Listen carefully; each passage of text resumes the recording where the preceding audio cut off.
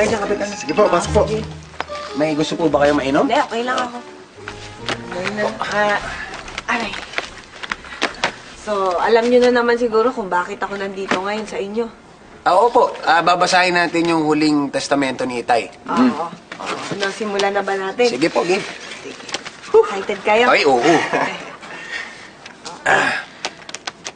Ayon dito sa testamento ito, may mga paghahatian kayong dalawang magkapatid. Okay. Reynaldo, ikaw ang panganay. Opo. At ikaw naman, Raymart, ang pangalawa. Opo, Kapitana. Bueno, sinasabi sa kasulatan na ito na ang kariton mapupunta kay Raymart.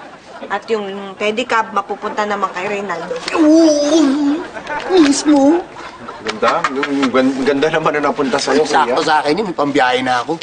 Ayos lang yun, tol. Okay lang yun. Ang ganda naman masyado. Huwag ka nang gano'ng reklamo. Baka mas mahal ako ni tatay kaysa sa'yo.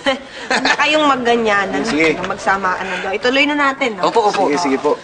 Nakasulat din dito na yung antena at gulong sa bubong mapupunta kay Raymart. Ha?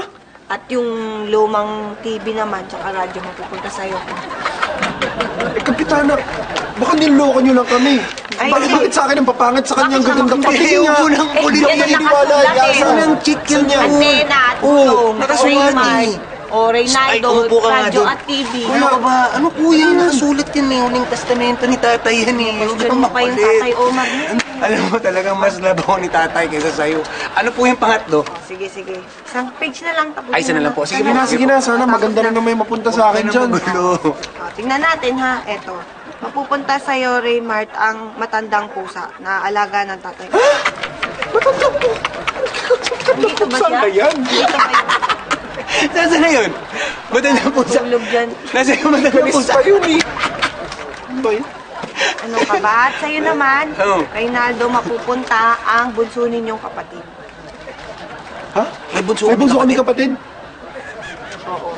At ayon dito kasi, nakalagay, merong anak sa labas ng tatay nyo. At dahil wala na yung tatay nyo, ikaw na ang mag-aalaga sa kanya. Sabagay, okay na rin yun. At least may... Oo, Diba? Kapatid natin yun eh. Eh, ako na mag-aalaga. Eh, sa'yo, pusa. Bihira! Pagbihira to si tatay!